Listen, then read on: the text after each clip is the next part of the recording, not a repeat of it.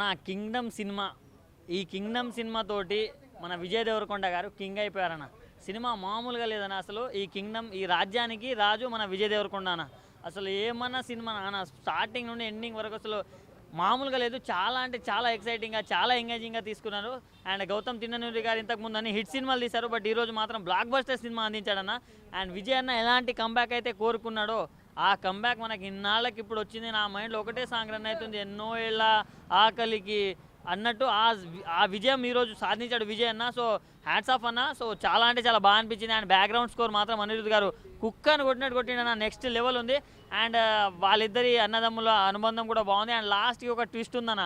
ఆ ట్విస్ట్ మాత్రం next level ఉంటుంది. ఇంటర్వెల్ బ్యాంక్ కూడా చాలా అంటే చాలా బాగా అనిపించింది. సో ఒక్కటే చెప్తున్నా, కాలర్ ఎగరేసుకుంటారన్న విజయ్ అన్న ఫ్యాన్స్ అందరూ. అవునరా మా హీరో హిట్ కొట్టాడు, కుండన్న హిట్ కొట్టాడని ప్రతి ఒక్కరు కోరుకుంటారన్న.